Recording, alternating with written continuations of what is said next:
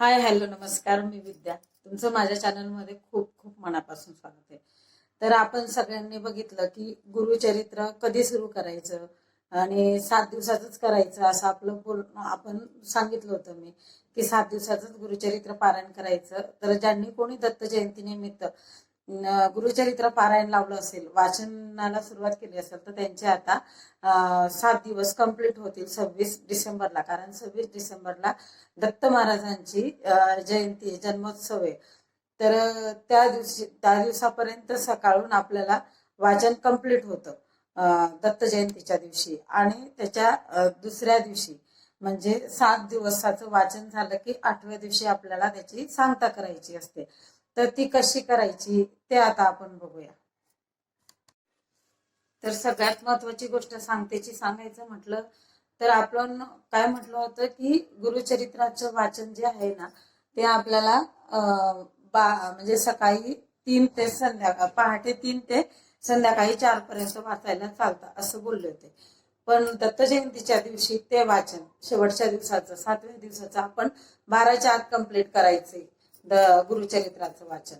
आणि मग 12 नंतर आपलं देवाची हे चालू होते, पूजेची काळ म्हणा किंवा दत्त जयंतीच्या उत्सवाला आपण सगळी तयारी करत असतो.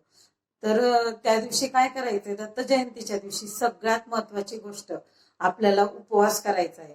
तो उपवास कसा करायचा आहे की बरेच जण जन्मोत्सव पर्यंत करतात, कोणी 12 पर्यंत करतात. तर तसं न करता दत्त जयंतीचा उपवास हा संपूर्ण दिवस करायचा आहे, दोन्ही टाइम. जसं आपण एकादशी कशी धरतो अगदी त्याप्रमाणे दोघं टाइम आपला उपवास असतो. आणि त्या उपवासाला तुम्ही भगर, शेंगदाणे, साबुदाणे सगळं खाऊ शकतात एकादशी सारखं. त्यामुळे त्याला काहीच असं बंधन नाही की उपवासाचा हा पदार्थ नाही खायचा का ते काय. जे काही उपवासाला चालतं, एकादशीला चालतं, ते सगळं भगर, साबुदाणे वगैरे चालतात दत्त जयंतीला. त्यामुळे आपल्याला दत्त जयंतीचा उपवास हा पूर्ण दिवस पकडायचा आहे, दोघं टायमिंग. आणि दुसरी गोष्ट म्हणजे आता सगळे आपण दत्त भक्त आहोत तर आपण तेवढं करू शकतो आणि करतो बरेच जण, सगळेजण. तर अशा पद्धतीने तो आपल्याला उपवास करायचा आहे. आणि दुसऱ्या दिवशी 10:30 वाजेपर्यंत आपल्याला सगळा नैवेद्य करून ठेवायचा आहे. नैवेद्य करून ठेवायचं आहे. 10:30ला आपण स्वामी महाराजांना, दत्त महाराजांना नैवेद्य दाखवला गुरुचरित्राला की मग आपण उपवास सोडायचा आहे.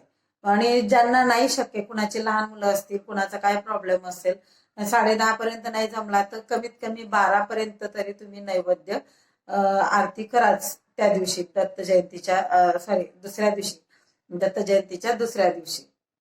तर तोपर्यंत आपल्याला नैवेद्य करायचा. आणि 12 वाजता आपण नैवेद्य 12 पर्यंत, ज्यांचा 10:30ला झाला ठीक आहे.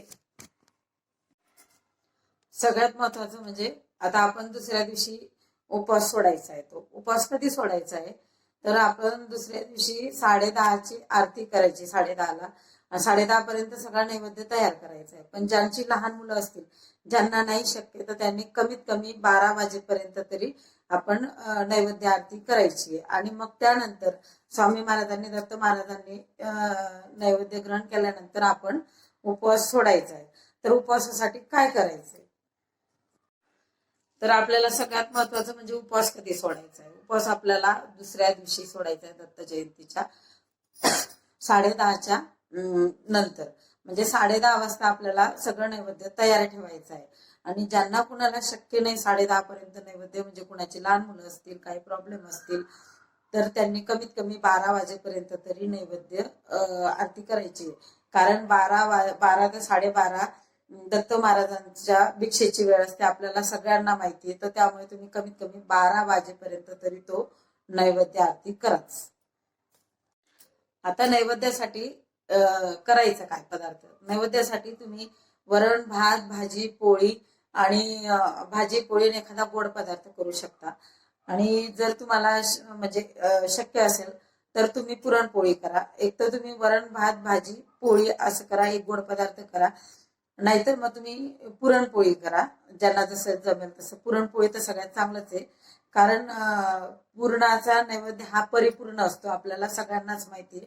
एक तर तुम्ही पुरण करा आणि पुरणाच्या सोबत सुद्धा थोडीशी आपण घेवड्याची भाजी करायची. कारण घेवडा हा दत्त महाराजांना अतिशय प्रिय आहे, आपल्याला सगळ्यांना माहिती आहे.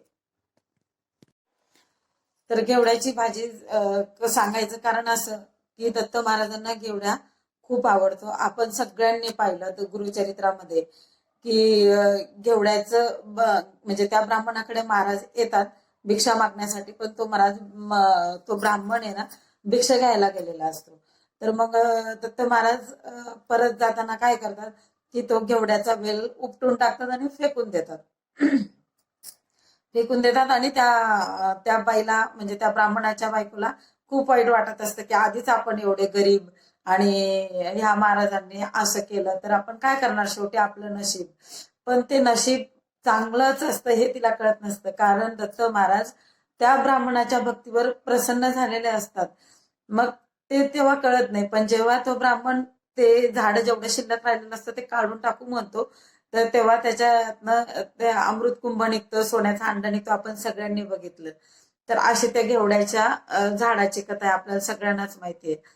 आणि दत्त महाराजांना तर घेवडा अतिशय प्रिय आहे. तर मग घेवड्याची भाजी करायची आहे. आपण जो नैवेद्य करणार आहोत ना तो नैवेद्य कुणाकुणाला द्यायचा आहे, म्हणजे कुणाकुणाला मांडायचा आहे. तर एक दत्त महाराजांसाठी ताट करायचा, एक श्री कुलदेवतासाठी, एक श्री स्वामी समर्थ महाराजांसाठी आणि एक श्री गुरुचरित्र ग्रंथासाठी, अशा आपल्याला नैवेद्य मांडायचे आहेत आणि नैवेद्य आरती करायची आहे. आणि त्यातलंच आपण काय करायचंय, गायीसाठी आणि 4 कुत्र्यांसाठी पण नैवेद्य काढून ठेवायचा आहे, कारण आपण त्या दिवशी नैवेद्याचा स्वयंपाक केलेलाच असतोय. तर गायीसाठी आणि कुत्र्यांसाठी छोट्या छोट्या पोळ्या करायच्या, त्याच्यावर आपण जे काही केलेलं आहे ते ठेवायचे घरातला स्वयंपाक. आणि आपली जी नैवेद्य आरती झाली की त्यानंतर आपण गायींना आणि कुत्र्यांना तो नैवेद्य खाऊ घालून यायचा आणि मग आपण उपवास सोडायचा. त्या दिवशी आपण काय करायचंय की गुरुचरित्रासाठी एक छोटासा हार पण करायचा आहे, म्हणजे त्या दिवशी म्हणजे दत्त जयंतीच्या दिवशी हार करायचा आहे आपल्याला गुरुचरित्रासाठी. नैवेद्य आरती म्हणजे नैवेद्य आरती कुठली असेल, फराळाची. तर जेव्हा आपण दत्त महाराजांची आरती करणार आहोत जन्माच्या वेळेस, तेव्हा आपण सगळ्या देवांना तर फुलं वाहणारच, तसंच आपल्या ग्रंथाकरिता तर 7व्या दिवशी आपलं वाचन कंप्लीट होतंय, त्या दिवशी आपण आपल्या पोथीसाठी हार करायचा आहे. रोज आपण फुलं तर वाहतोच, गुरुचरित्राचं वाचन करण्या अगोदर आपण पूजा करतोच, पण त्या दिवशी एक छोटासा हार करायचा आहे. मग 27 तारखेला आपण नैवेद्य आरती करणार आहोत. नैवेद्य म्हणजे जेवणाचा उपवास सोडणार आहोत त्या दिवशी. तर त्या दिवशी उपवास सोडून झाला दत्त जयंतीच्या दुसऱ्या दिवशी 27 डिसेंबरला. तर उपवास सोडून झाला ना की मग आपण काय करायचंय, तो गुरुचरित्र ग्रंथ उपवास सोडून झाला त्यानंतर आरती वगैरे झाली, सगळं झालं, तर मग आपण तो ग्रंथ कसा हलवायचा, ग्रंथ आपण काय करायचा, थोडासा उत्तरेकडे हलवा किंवा हातात घ्या, असं त्याचं काही एवढं हे नियम नाही की तो इकडेच हलवा तिकडेच हलवा असं. फक्त तो उचलायचा आपण हातावर आणि उचलून काय करायचं, तो आपल्या डोक्यावर घ्यायचा ग्रंथ, डोक्यावर ठेवायचा. तो अतिशय पवित्र ग्रंथ आहे, आपल्याला माहिती आहे. आणि आपण का वाचतो की आपलं खूप काही भलं व्हावं, आपल्या अडचणी आपलं संकट कमी व्हावं, त्यामुळे आपण गुरुचरित्र वाचत असतो आणि आपल्याला ते भाग्य त्या ग्रंथाने दिलेलं आहे. तर सांगतेच्या दिवशी आपण तो ग्रंथ आपल्या डोक्यावर घ्यायचा.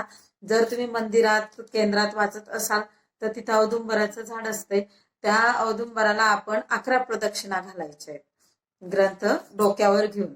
आणि समजा तुम्ही घरी बसलेले असाल तर काय करायचं, ग्रंथ आपला डोक्यावर घ्यायचा, महाराजांचा जय जयकार करायचा दत्त महाराजांचा.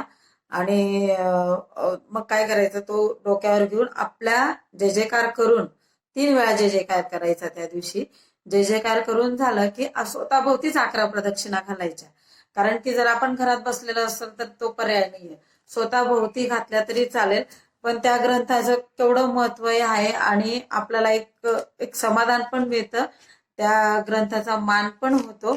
आणि 11 प्रदक्षिणा घालून मग तो ग्रंथ अशा ठिकाणी ठेवायचा की असं येता जाता आपला कुणाचा हात लागणार नाही, कारण तो पवित्र ग्रंथ आहे, त्याला शिवता शिवत चालत नाही. कारण आपण रुटीनच्या काळात आपण बाहेरून येतो, कुठून येतो, त्यामुळे आपल्या ग्रंथाला असं लगेच इझी हात लागेल अशा ठिकाणी ठेवायचा नाही. जेव्हा केव्हा तुम्हाला वाचायचं असेल तेव्हा तो ग्रंथ तुम्ही काढू शकता आणि मग असं 7 दिवसाचं पारायण करू शकता. अशा पद्धतीने आपण सांगता करायची आहे. 7 दिवसाचं सांगितलं, सांगता म्हणजे 7 दिवसाचं वाचन कम्प्लीट. त्या दिवशी दत्त महाराजांचा नैवेद्य फराळाचा, परत त्या दिवशी आपला उपवास 2 टाइम, आणि मग दुसऱ्या दिवशी आपण नैवेद्य आरती 10:30ला करा किंवा 12पर्यंत करा, हे सगळं सांगितलं. तर तुम्हाला ही माहिती कशी वाटली तर ते तुम्ही नक्की सांगा. आणि अशा पद्धतीने तुम्ही अतिशय उत्साहाने भक्तिपूर्वक असा आपलं दत्त जयंतीचा उत्सव साजरा करा. सगळ्यांना आमच्या परिवारातर्फे दत्त जयंतीच्या खूप खूप शुभेच्छा. हा दत्त जयंतीचा सांगतेचा व्हिडिओ तुम्हाला कसा वाटला, आवडला असेल तर लाईक करा, शेअर करा, सबस्क्राईब करा. धन्यवाद. श्री गुरुदेव दत्त, श्री स्वामी समर्थ.